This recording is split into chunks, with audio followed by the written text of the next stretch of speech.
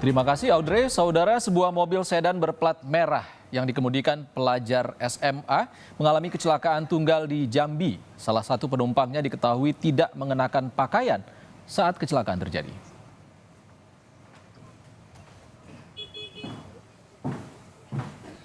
Inilah kondisi mobil sedan berplat merah setelah menabrak tiang reklame di Jalan Soekarno-Hatta, Kecamatan Palmerah, Kota Jambi, Jumat dini hari.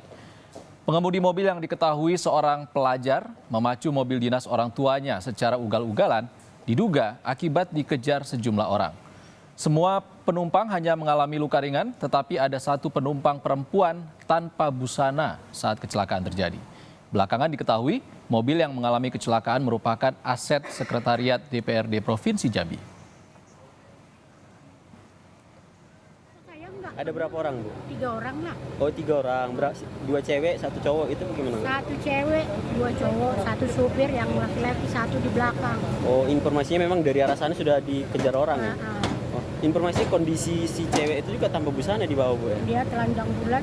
Oh. Bahkan selendang aku mau dipinjam untuk nutupin. Oh, oke. Polisi membenarkan jika mobil sedan yang mengalami kecelakaan merupakan mobil berplat merah milik provinsi. Polisi memastikan jika pengemudi mobil adalah seorang anak-anak. Polisi menyebut 2 orang yang terluka, yakni pengendara dan penumpang.